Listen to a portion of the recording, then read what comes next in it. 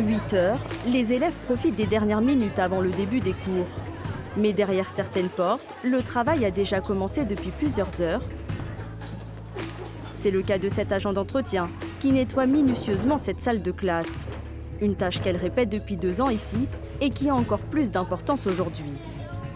C'est une responsabilité parce que c'est un peu aussi nous qui désinfectons les tables, les chaises et tout. Alors il faut faire en sorte que ce soit propre, que ce soit bien désinfecté parce que les élèves passent. Moi aussi j'ai une enfant, elle a 14 ans. Je fais ce que moi je voudrais que on fasse pour ma fille aussi.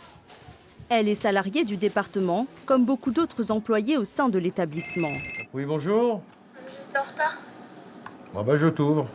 Les 1000 collégiens ici ne le croisent presque jamais et pourtant tout passe par cet agent d'accueil, gardien des locaux. C'est vrai que c'est un métier qui est un peu dans l'ombre, on va dire, quoi, qui est pas connu. J'ai une autre mission, c'est l'ouverture des portes le matin et la fermeture de tout le collège le soir, ainsi que la mise sous alarme du collège.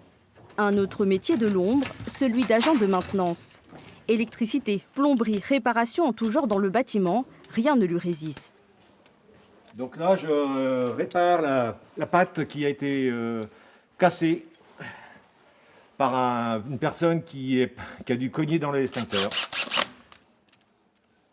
Il faut être polyvalent, il faut faire beaucoup de choses. Il faut arriver à dépanner pour éviter de faire appeler aux entreprises extérieures qui ont un coût. La polyvalence est sans doute la qualité principale d'un agent. Cet employé s'occupe du linge en plein milieu du collège et c'est loin d'être sa seule tâche de la journée.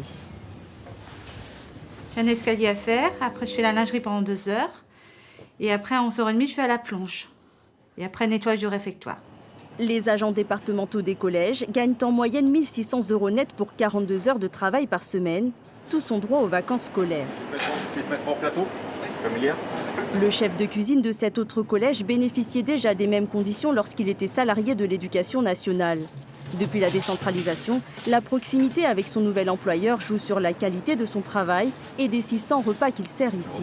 Alors déjà au niveau des aliments, on a des circuits locaux, circuits courts, on travaille avec du bio, on fait travailler des autres entreprises vendéennes et en plus maintenant on a du matériel qu'on n'avait pas avant, qui est plus performant et qui va encore évoluer. En Vendée, un 35e collège public verra le jour en 2022 avec des créations de postes d'agents. Mais le département doit faire face à une autre problématique du territoire, celui du sureffectif des élèves.